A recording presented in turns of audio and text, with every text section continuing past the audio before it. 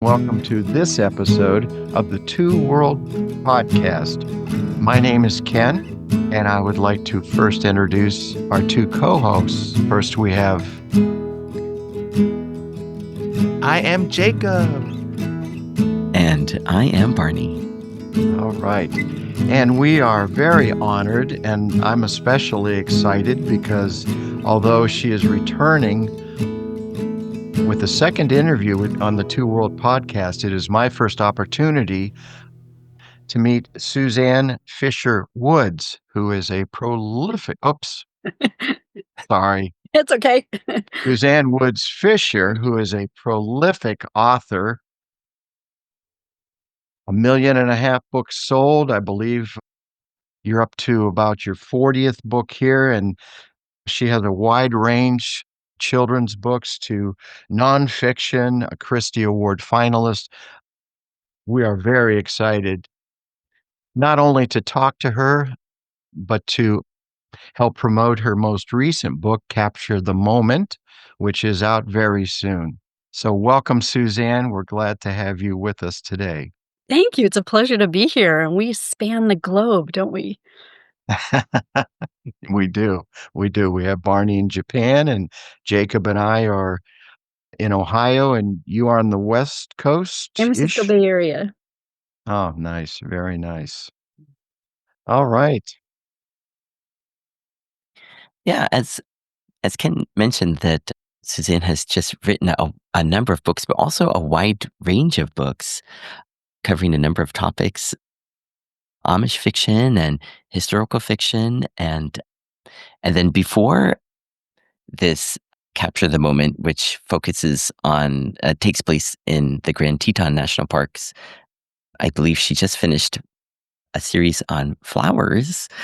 And I think that we talked about in our first talk with Suzanne how you mentioned how you're so curious, and you mentioned that a good author is usually also just a curious person makes a good author, or a good author is a curious person.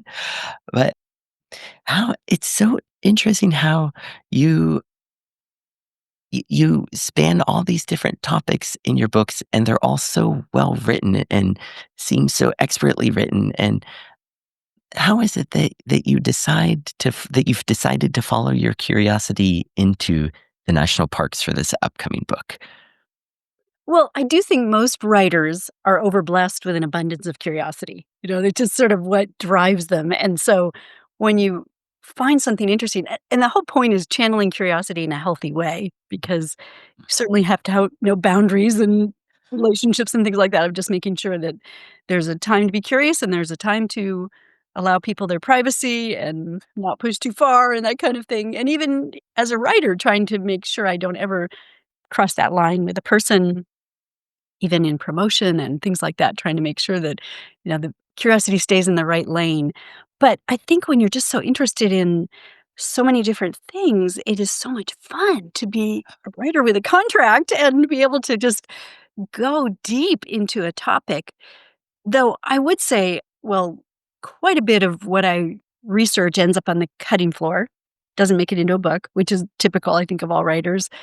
But that's good because that means you've really stretched wide and examined the topic and become knowledgeable. But there's still so much more to learn about all these different topics. So the flowers, for example, that was a story that came about because I'm a big gardener. I have a huge vegetable garden, and I've been kind of shifting into flowers more and more. And I've been going to some events and flower farms, and all of a sudden I just had this idea of having, a story that kind of it's a four novellas in a Mm. larger novel. And my editor had the idea of releasing them one by one by one. That was sort of as ebooks, and then the final book would be the full packaged paper book. But and that was kind of interesting. I think in some ways I don't know if I would do that again. I think it's almost easier Mm. to just have the whole thing out at once, because trying to keep people's interest, even though these stories, each one was a complete story. Three young girls were working together in a flower shop, and really best of friends, and they were mentored by the flower shop owner, who's a wonderful older woman, and then something dreadful happens, and the 3 girls just scatter. So each novella picks up 7 years later to find out where the girl is, the now 25-ish, and what she's done with her love of flowers, and each one has gone in such a different direction. One is in New York City doing high-end wedding events. That was so fun. That is a world in itself. And then another one is down in Savannah, Georgia, trying to just make it with a little flower shop, hoping she can take it over from the owners when they retire. It didn't work out quite the way she hoped. Third one is a flower farm near Asheville, which was really fun. And that has kind of prompted then the fourth one brings them all together, and they really have to face that dreadful moment and sort of kind of, clear the air and move on with their lives. But I actually am doing a flower farm in my yard. I'm I'm really working on it. It's probably gonna take a couple years to get there, but I have this idea of actually having most of my vegetable beds converted to flowers. So see how a book influences me too. It's like it Mhm. gets you excited and then you can't stop, and Sure. now Yeah, to you're making me feel like I should vacate my chair and bring my wife in here, and you and her could talk about she knows the names of the flowers. like the Latin names, even the Well, or at or at least least common names. yeah, that's yeah, so She's a big yeah, flower and person. part of the reason we moved to where we moved to was to have the vegetable garden as well. In town, it would there were beautiful trees, but not enough sunlight to, Mm. Yes. grow all these things, so yeah, It's interesting. amazing. I mean, honestly, sometimes when I'm in my garden and I think, "How did pioneers survive?" Because it is so hard to get Oh, boy. all the conditions working, and imagine trying to feed yourself with a sustenance kind of a Right. garden. Or the Amish, how they do it. I mean, they have wide open space in Lancaster County and beautiful deep soil.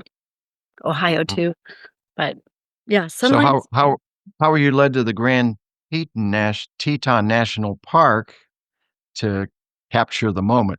Well, so let's move on to a special wedding anniversary, and my husband and I went to the Grand Teton National Park. I had heard about a very special bear, number 399, that's her tag number, and she really is quite a remarkable bear, so I was kind of already doing just the interest in wanting to see if I could ever see this bear coming out of hibernation with her at that point, she had quadruplets. She's one of the oldest bears in productivity in reproduction, you know, still reproducing, and that is no small task for an older bear, especially when you have quadruplets, because you are not only feeding them and protecting them, but you're also teaching them to hunt, and it is not an easy thing, and the male grizzlies are always after the cubs because they wanna mate with a female and get back to business. So this bear, 399, learned early on that if she stayed close to where people were, down by the roads, not too close, she's an 800-pound predator, but, close enough, the male grizzlies would leave her be. And because she's been so heavily observed, she's just kind of captured the imagination and the interest, and she's now considered the queen of the Tetons. She actually teaches her cubs to look left and right before they cross the street. So, just such a fascinating bear, still a bear. I don't mean to make it, to give her all these human qualities, but there was a time when her one of her cubs had been hit by a car, and she was found grieving and sobbing and mourning over the cub's body. She's given people a sense of the maternal instinct of bears, of the emotional or not human, the emotional complexities. There's so much more we have to learn. Anyway, that was what kind of got me first going to Grand Teton, hoping to see 399. Once I was in Grand Teton National Park, it is such a special park. It's very unique. I hope it's on everybody's bucket list. It's just really, really beautiful. Flat valley floor, rising peaks, no foothills. History that goes back to the indigenous people, to the trappers and their rendezvous, to a Mormon settlement that they tried so hard to make it work and they failed. It's just so cold, brutal winters. But the Molten Barn there is probably one of the most photographed barns in America. Think almost everyone's recognized the picture. And then to the time of J.D. Rockefeller and the park growing and growing. So while I'm there, and I am seeing a lot of grizzly bears, I just can't help but think, this make an interesting story. And I met a young girl in the gift shop who is from Alabama, and her mother had just drove all that way to Wyoming, dropped her for the summer because there's a lot of seasonal workers and the parks will provide some type of housing for them. And I thought, imagine someone coming to the park from Alabama. She's never been out of Alabama, and suddenly she is with all kinds of people, all different ages for the summer. That's what I pitched to my editor, and it caught. I wanna say I pitch a lot to my editor that gets, you know, just completely dismissed. So, I don't make it it's not easy. I don't mean to make this process sound easy, but every now and then, something will catch her in a hook, and then a contract follows. So, that's a long answer to your question. So that became Maisie, obviously, in your book, yeah. Have you seen the PBS special on 399? Yes, and I would highly recommend it. It's really well done. She's very well photographed. If you go to Jackson, you're going to see 399 in portraits, in paintings, in pictures, and everywhere, all over. She's beloved. With all that you described, especially the history of the park and how it impacted you, was there ever a time that you thought maybe you would take it in a different direction instead of writing a really contemporary story focusing on the bear? Was there ever a moment that you thought maybe you could make this into a historical fiction story? Well, so this is where writing is a business. And I think it depends, right? Like, for example, right now, romantic suspense is huge. That's Ah, that's what people are reading and going after. Years ago, when I first started, Amish fiction was just, flying off the shelves, and it's still doing okay, but it's not like it was a few years ago. Historical fiction has its place, but I will be really honest, I think probably a story right now would sell more as a contemporary fiction for me than a historical fiction. I'm not totally sure because I've done historical fictions that have done well, but I think this is where it kind of comes down to sort of what was the market looking for. And not a lot of writers understand or aspiring authors understand it's it is a two-sided experience where you are writing what's on your heart and the story that God has given you, but there's got to be an audience for it if you are hoping to be traditionally published. And you can't learn enough. It's just an ongoing fluid business, changing all the time, changing from bookstores disappearing to now they're starting to come back, all kinds of changes like that. And you have to be really aware of that. And that's where a good team, like an editing, hmm. acquisition editors, they are so on the ground. They so aware of the changing markets. I was kind of curious when you were describing the grandeur of the landscape in Grand Teton and your experience visiting there. Do you ever write outdoors? And if so, does writing in a natural environment change your writing voice? Do you see any difference in how you write based on your surroundings? Well, I would say that there's nothing like being there. Mhm. You just have to be in a place if you want to write credibly about it because the air is different, the sky is different, the birds are different. It is really, really different to be in a place and start to just absorb what it feels like to where the sun hits in the morning and how the sun ends its day and just even the sounds of birds. I mean, I was back east for Easter and there's cardinals everywhere and to me they're just like I just drop everything and watch them. We don't have cardinals in the Bay Area at all. So and everyone else they're like a robin, they're not, a sparrow. But, it's just so important to do that. Now, do I write outside? No. I have a computer. I don't wanna have anything drop on it, That so, makes sense. yeah, I usually am kind of in a laundry room doing most of my work when I write. So the getting a sense of the place is shapes your It writing, does. but you don't have to physically be in the place to be writing or Yeah. outside to be writing. Yeah, I got it. Very good. Now to go back to your historical fiction question, I actually just turned in the manuscript for book 2 in this national park series, and it's set in Acadia National Park.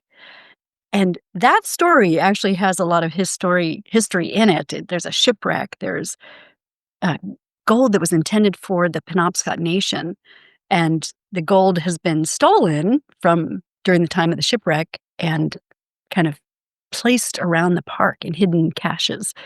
And that's a lot of what the story is. And so it goes back into the history of the place. And Acadia, of course, is very different from Grand Teton, where you've got the ocean is really one of the main characters. Here, the valley floor and all the parts of Grand Teton were almost a main character.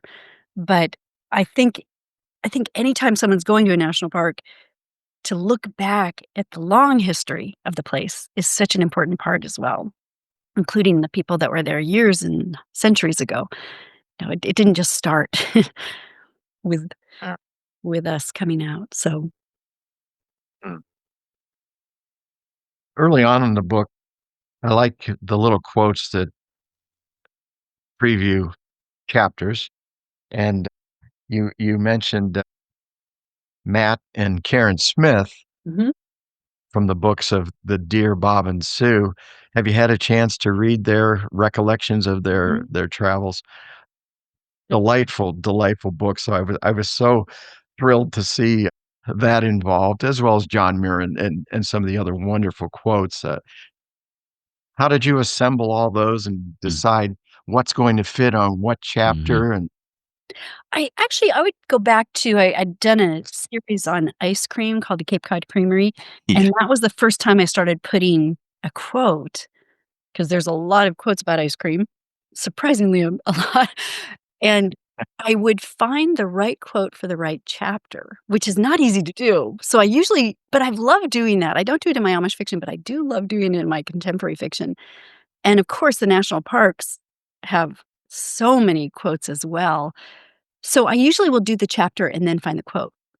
So hoping it kind of captures it a little bit. And not easy to do, especially as I'm going into the second and third book, I have to admit. I'm really digging, looking hard to make sure I don't duplicate anything. And yeah, well, we Yeah. appreciate that effort. It you like really, those. And Matt and Karen are great. There are many people who are just really into the national parks and are a lot of Instagram people to follow. And even the national parks, they have kicked it into being very funny. So if you follow the national parks, I don't know who's doing the writing, but it is so amusing. It's really worth following. mhm, The I think one of the main characters in this upcoming book is a photographer, someone who's just getting started or uh, getting started in wildlife photography. And I would think that as an author writing, using words to describe the beauty that that you were seeing, especially firsthand, how much of a challenge was that to try to put this beauty into words and then kind of since the book is centers around photography a bunch, and then kind of piggybacking on that question, are any of the scenes or photographs that you describe in your book, are they your own personal photographs or are they photographs that you know exist? Because I personally would love to see the photograph of the Hidden Falls with the sun shining on it that you describe. Well, I learned a lot about photography, really outdoor photography, wildlife photography in doing this book. And I'm an amateur, way, way amateur. But I have to say my pictures from Grand Teton are amazing, just amazing. I mean, and that's because the place is amazing. Amazing. Yeah. You can stand at Snake River at Oxbow Bend, which is a really popular place to stay, to come, especially sunrise or sunset, and the sun is the mountains are reflected on the water if it's still, and you almost don't know which is the mountains and which is the water. It's so picturesque. So I think, so first of all, just finding a place that fills your mind with so many different options of the photography, whether it's a moose, whether it's elk, bison. It was just quite a place. It's almost hard to take a bad picture, but my husband did. But he should not have a camera. But but it is really lovely. Now to try to put it into words, I think is so hard because the same words keep coming up: majestic, amazing, grandeur, and it is really difficult to try to make sure Mhm. it's unique to the scene or something. Now, Kate Cunningham is this main character, and she is a woman who grew up in an East Coast family, highly academic family, the kind of family that doesn't even change the wallpaper ever, ever because it's traditional. And here she is with dyslexia, not fitting well in an academic family, not fitting well. School is really a challenge for those who have some learning disabilities, and it doesn't mean they aren't gifted in so many other ways. She's an example of that, where she's learned to see in a new way, and she's learned the power of determination. So she finally, photography is her thing. She can do this. And she's at a zoo studying animals, doing a really good job. And the National Geographic editor comes along and says, if there's a bear in Grand Teton, if you can get us an interesting picture of that bear, I will take a look at it. And perhaps a bit naively, Kate thinks, I can do this. I know bears. And off she goes with all her skills from a zoo, trying to translate it into the wilderness. And this is where I was learning about zoos, where animals gain a synchronicity in a zoo because they're sleeping at the same time, they're feeding at the same time, they're napping at the same time. They're conditioned to human noises, things that Kate just didn't even occur to her. Like she forgot to turn her cell phone off. And boom, there's the cell phone in the quiet of the morning where she's surrounded by about 40 other professional photographers. And she just keeps making mistakes like that. She's not a foolish person, but she's trying so hard. And I love just how she had to learn how to figure out how to do this and find her way in this. So that's kind of her story. Yeah, and you certainly made her earn her stripes in a number of ways. I mean, Zoo Girl, Zoo boy, girl. Yeah. she she took some hard knocks that way. She was Yeah, crowded out again. In fact, I would say in a theme I'm seeing in my writings, whether it's historical fiction or, Amish fiction or contemporary, is an outsider coming in.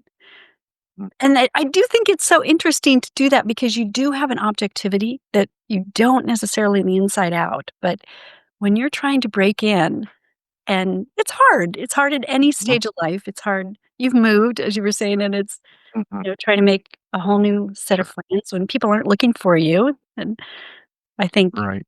wildlife photography is kind of like writing. They're really looking to push you out. They don't want you there. This is their Mhm, livelihood. They don't need another person, another zoo girl thinking she can grab a great picture. right, and I love how you gave her the best equipment, Mhm. and now Yes. now the work begins. Yeah. Best equipment's fine and all, but Yeah. oops, my cell phone went off. Yeah. Yeah. And then a lot of this is intuition and instinct and gut feeling. No matter what kind of equipment you have, it's still your eye. Mhm. Oh, it's a great journey. Thank you. I appreciate having men read my books too. Generally women are readers of Christian fiction, but I do have Interesting. men readers, and I really appreciate their point of view and their feedback. Thanks. Before we started recording today, you were able to share with us the cover of your newest book. Is it okay to share that again for the podcast? Is that okay? I'll lift it up. Yeah. Sometimes I keep that backwards, but this was so fun. You can see the photographer. This is Kate holding her Sony Alpha camera. And when I got the picture, I just love it. It's a very different kind of cover than my other books because most of the books tend to, especially the Amish fiction, you're meant to see that cover and you are immediately transported to another world. That's what an Amish fiction cover is all about. You're going to see a horse or a farm or a fence or something that you are walking into another kind of life. But this is very different. So she's holding the camera, and the Grand Teton is in the lens, and the lens you can't see it, but it's embossed and raised. It's very cool, almost like a different fabric on it. And when I got it, I loved it, but I thought there needs to be a bear in that picture. So they went back and they added a grizzly bear, if you can see it, way in the brown.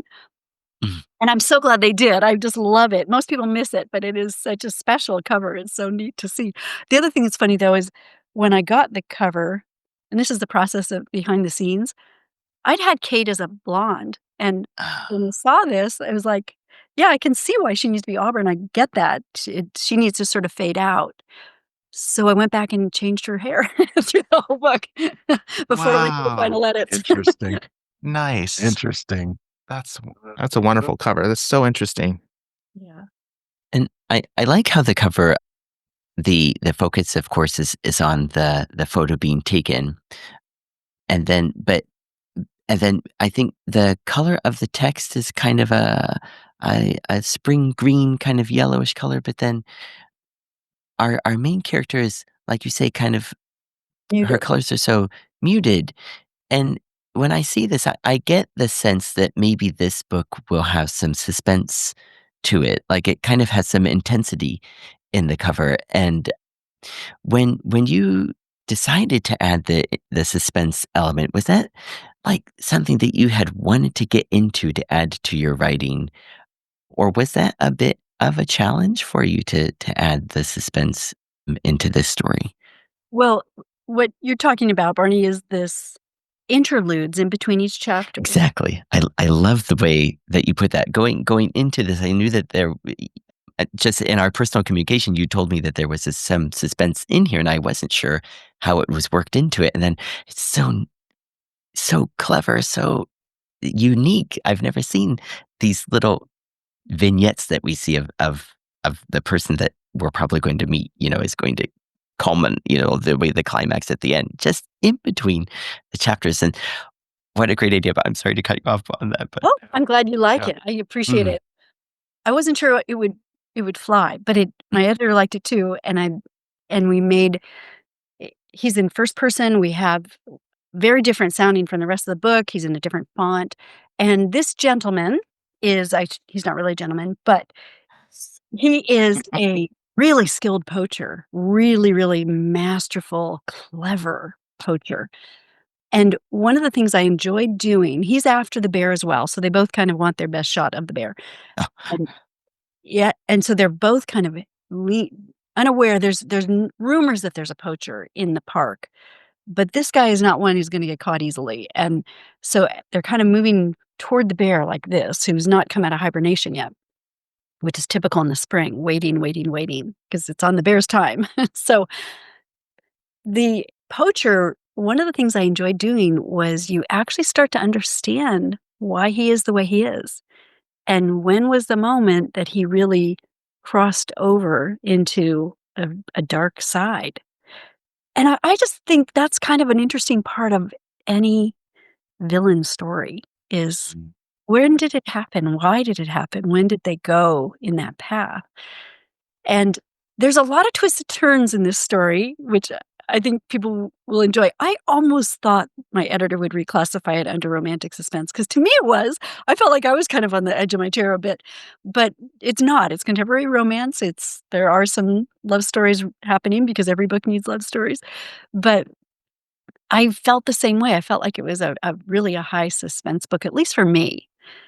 Maybe it's not compared to what is really popular in the world of suspense right now, where you have people on the cover with guns and things like that, but this was more like almost a psychological suspense, Mm.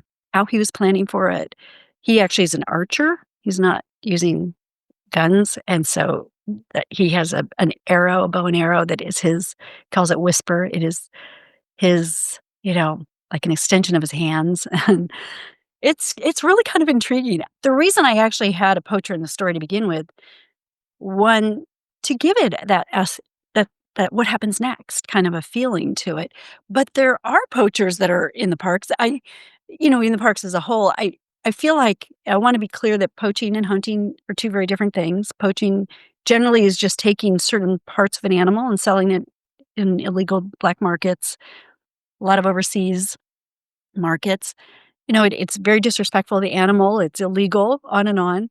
Hunting is a whole 'nother thing, so this is not a comment about hunting, for your family, and but in the past, there has been rumors of one poacher in particular wanted $3.99 for his new living room rug, and that just kinda stuck in the back of my mind, and I just thought, "It's sort of interesting to have this character kinda coming along," so And Ken, as you know, there's quite a twist towards the end. I don't know if you saw that or if it surprised you, but it's fun to see where things are gonna go and where they're gonna land. It surprised me to a great extent, Oh, I'm so glad. and I'm trying to be careful with my Yes, words, please. yes. Thank you for that. Yeah, the ominous nature of those interlude passages, yeah, I can see why you almost recategorized the book because it's ominous and it's, yeah, very suspenseful. Thank you. Yeah, And that's a lot. I like that. So just to be clear, like it's only ever like a page or so that we see what is happening with the villain. I'm not done with the book yet, but as far as I've gotten to, but there's so much depth that goes into this. You really get a lot out of this one page.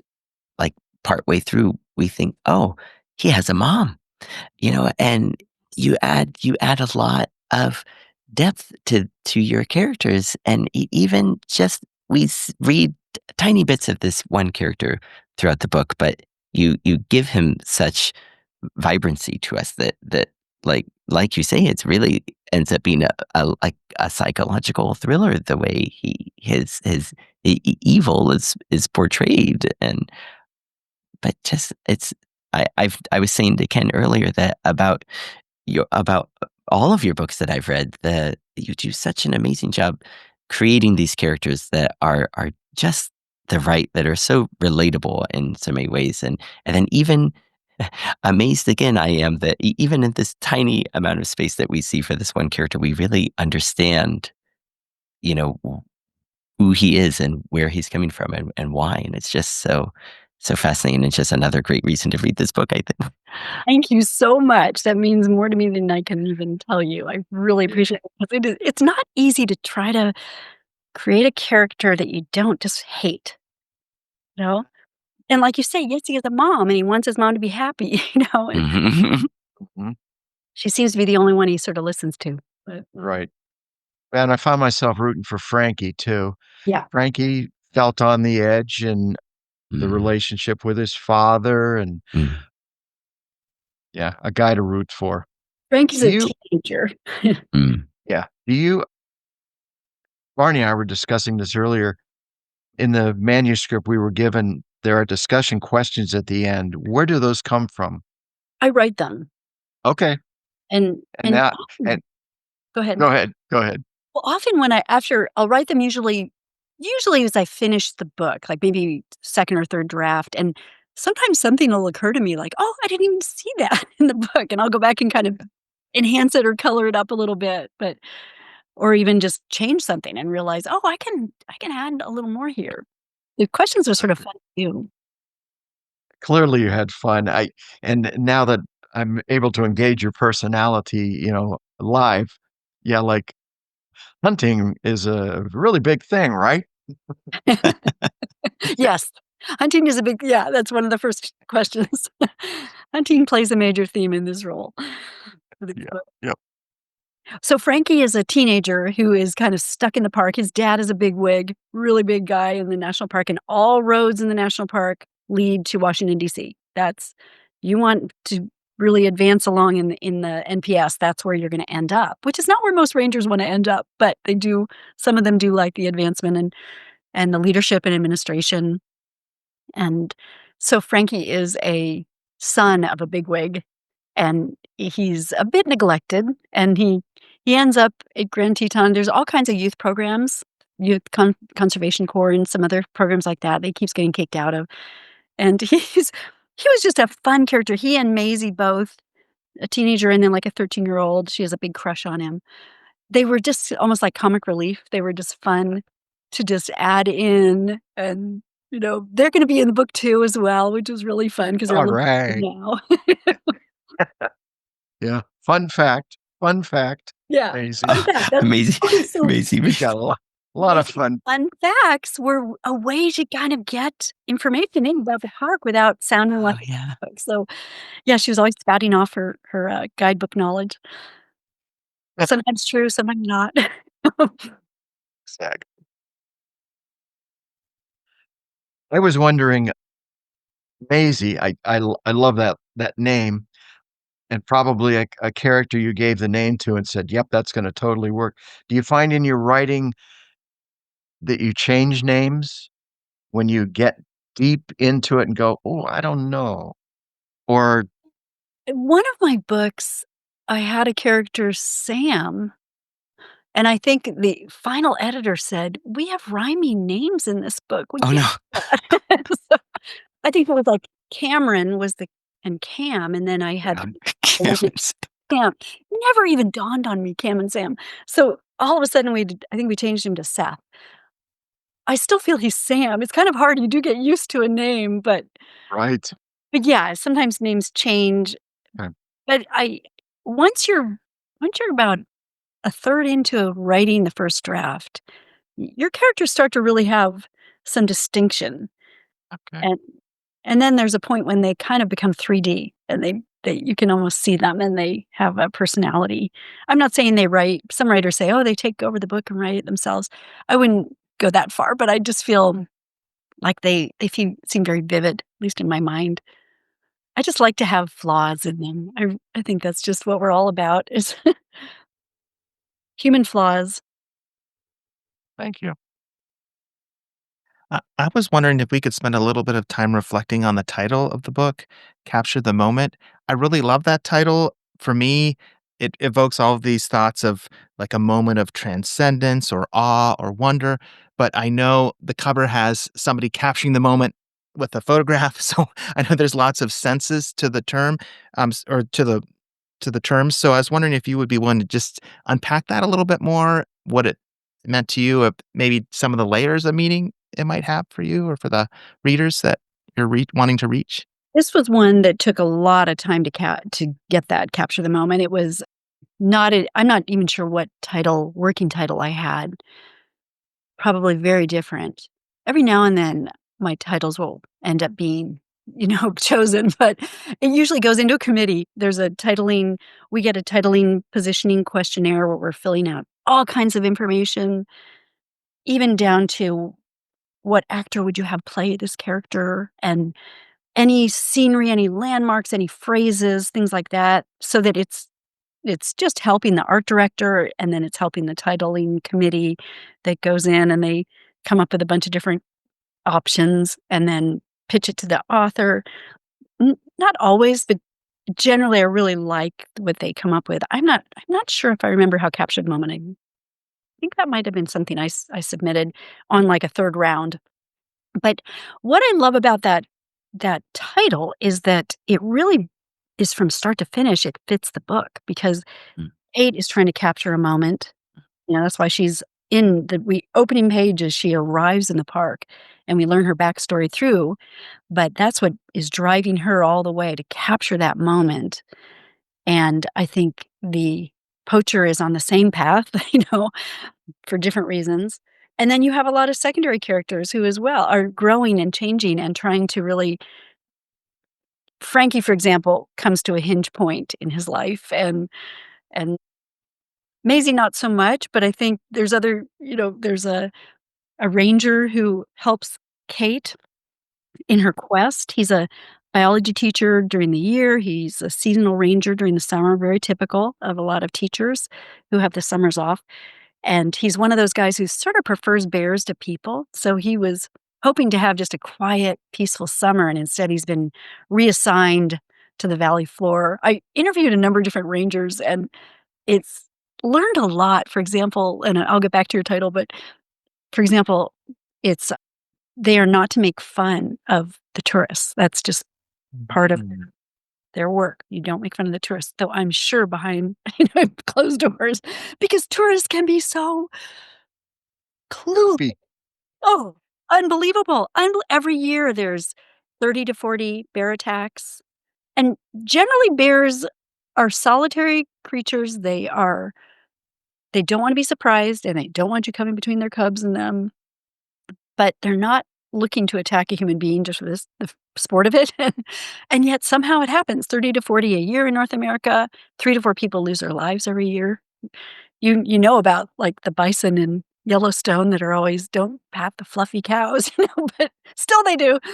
Anyway, it's funny how that happens, and he makes a mistake at the beginning of the summer when he's kind of burned out from teaching, and he's already dealing with tourists and calls them idiots, and that's what gets him reassigned to another position for the summer where he crosses paths with Kate and kinda takes pity on her, and he helps her finally try to get a unique photo of 399. He's helping her, but she is on a path of her own, so I don't mean to ever make it sound in my books like, Mm. she's waiting the female's waiting for the rescue of the male.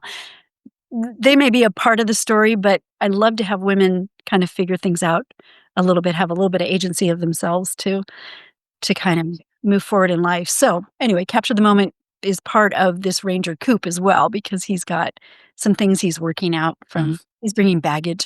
So and she's got baggage. She's got a boyfriend who is on her heels and wanting to be a part of this experience for her, and he's the one who's calling her all the time, and the cell phone goes off, and, so there's sort of some backstory to both of them that ends up being a hinge point in the story. So that's the title. Title's a great title. Well, it's interesting to get the background of how titles come about. Wow. Wow. Mm. In the area of suspense, Sally is another character that helps create suspense connected to the little interlude sections you put before each chapter. It was interesting I'm being careful here again, to see how all that turns out. She's a pretty important person in the parks as acting chief ranger, and yet you wonder about what's going on with her. Yeah, she is picture Dolly Parton as a ranger. She's not Yeah, exactly what you would expect for an acting chief deputy, but she right. is a very strong personality. She is her word is law in that park. She's aware of a poacher going on. But then you also have another hints of the fact that she complains a lot about the salary of a ranger. And there's a mandatory retirement age of 57, which they have to step out at that point no matter what. And she's facing that, getting close to it, realizing she is nowhere near where she should be for retirement. So she's a little bit disgruntled and that's what plays into, huh, what's she about? What is she really all about? So I can't say too much more, but she's a very interesting character. And I guess that's all I should say.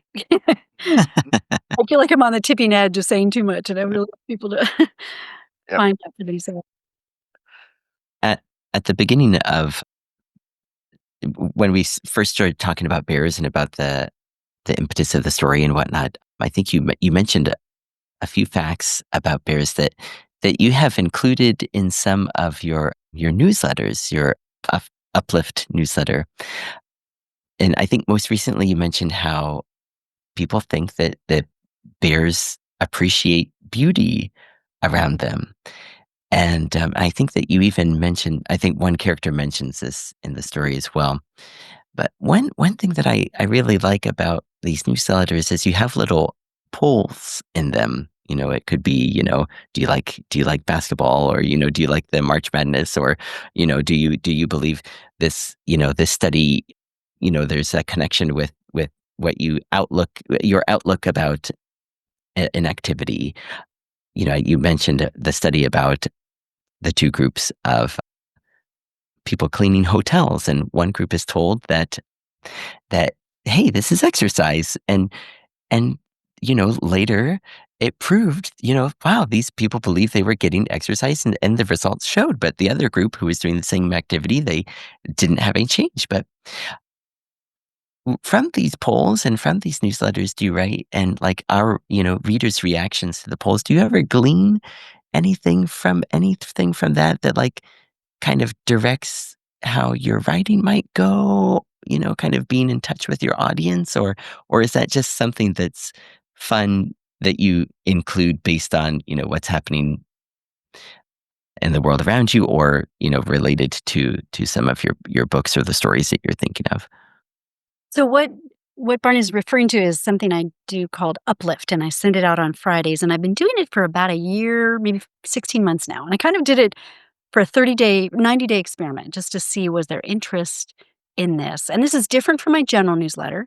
People can opt out if they don't want to get it. I know nothing personal, but it's kind of a newsy, l- a letter that is just between me and my readers and sharing some information, some recipes, some a podcast I'm listening to, a TV series, just kind of a chatty conversation, like we're having just a talk back and forth. And I didn't it wasn't it actually takes me quite a lot of the week a couple of hours each week to put it together because I try to make it super interesting. You mentioned the chambermaid study, and that is this fascinating study where two sets of chambermaids were one was told what you're doing is like you're going to the gym, the others were told no, and at the end of the study they found that first group had lost weight, had lowered their cholesterol, had and it's amazing what the mind is doing even without realizing it. So I love to bring up all kinds of things like that. I try to have it uplifting, something that feels positive and light and something worth reading. The polls are interesting because now here, for example, last week I had not a study, but a belief that people have observed bears just sitting and looking out at a piece of scenery, almost like a person would, just for no other reason than to just kind of take it in. And so the poll I asked was, do you think animals have that kind of an emotional experience? And I wasn't sure what to expect from that because I will say a lot of my readers are older and I'll get a lot of really narrow thinking about, no, no, no, you know, like when I did the dire wolves and a few weeks ago, scientists, I got a lot of flack on that. Like we're toying with nature, we're toying with science, things like that. And I appreciate people's points of view. I'm not trying to judge it. That's what I expected. And I think over 92% of my poll and hundreds of people are responding, Mm-hmm. believe that animals have emotions that are similar to humans in some ways. And I was really surprised by that. That was kind of neat. I have to remember to add that in this week's uplift. But does it change how I write? I think I find it just interesting to connect with people. I love getting a slice of people's lives, and it's really neat to read some of the responses back of what's going on. In fact, I mentioned that a fair amount of readers are older, and there are some remarkable older people in this world who are maybe widowed or widowers, and yet they have full lives and they are moving, you know, they have an engaging, giving, caring, fulfilling life, and it's very inspiring to me to just see how people live at each of these different decades. It's like a gift to just see down the road a little bit. Nice. If it changes my Suzanne, writing. it, and I can we tell our viewers how to get to your Mm. newsletter or Yeah, I would invite everybody to go to my website, www.suzannewoodsfisher.com. And there you can sign up for things. You can unsubscribe if it isn't for your liking. That's okay, but give it a try. And there's a contact page as well. You can send me an email and I try to answer back, pretty quickly, depending on how the week goes. And I also am on Instagram a lot, so you can always find me there. okay, great, great. And capture the moment, especially in Kate's case, you speak of and she speaks of God moments. Would you like to talk about your God journey in life and what inspires you to make this part of the stories? Yeah, I wish I had like this dramatic testimony because those are so fun. And I don't. I think I just have felt from even a child on that I always felt God was tapping on my shoulder. There was just like not tapping, maybe had a hand, And I've just always had a faith, though I would say it's deepened in so many different ways as life goes on. And there are so many storms you're going to face in life, so many. And having that anchor has made all the difference from white knuckling it through life to having a peace and a hope that God is sovereign, that all will be well. In my books, I always want to invite God into the conversation, and I want a reader to just go a little deeper. But I'm not trying to tell them how to do it, and I'm not trying to be just a strong, whack people in the head with the Bible. In a lot of Amish fiction, I think that's one of the things I love about Amish fiction is I can really push that a little further for obvious reasons, and there's a bishop in most of my books that can just you can uncover his spiritual life, which and how he views everything, how he views his own humility, things like that, just in God working and how God brings all things together, that there is no accident in our lives, that God is really in control of so much more than we can ever imagine. In the Amish books, I call it like God is the pie crust, not the crust of the pie, So with that, I was looking at some authors who have left writing about the Christian world or bringing Christian fiction into their work, and they've gone and they've become really big authors in the ABA, the American Booksellers Association. And I kind of feel sometimes like I don't know if I could ever do that. I feel like this has been a gift to me to have an open door writing, and I just feel like I need to always glorify God with every book. And so I don't think I would ever leave the CBA to go to the ABA. I don't judge them. And there's probably a very different market out there and a wider market. And yet I just feel so called to try to encourage people to take steps of faith. Very nice. Thank you. Mm. Yeah, Jacob or Ken, did you have anything else you wanted to ask or share before we think about closing today? I was just going to ask about the newsletter and the reader responses that you get. And I know when you put something out there, there's probably so many different interpretations of your work by different readers. And I was just wondering, have you ever had a response from someone where they saw like a symbol or some message in your books that you hadn't even thought of yourself, or that you weren't necessarily intending to make it intentional, but subconsciously or at some level it made it in there, or at least it spoke to them in that way? Well, just yesterday, I got an email from someone who had came across one of my books called The Keeper years ago. And it's about a heart transplant. And there was kind of based loosely on a man in my church. There's also a disabled person. The Amish call them special children and have a very different view toward the sanctity of human life than the rest of the world. And they have such a appreciation for the way a person is the way they are, that they have something to learn from their special children, whether it's a 92-year-old or whether it's a child. And this woman wrote, I have a disabled adult daughter, and this book just spoke to me in a way that I didn't expect. And I just thought, that's where I just love how God is at work, in very, I didn't expect to do that, but I'm so thankful that she felt seen and understood.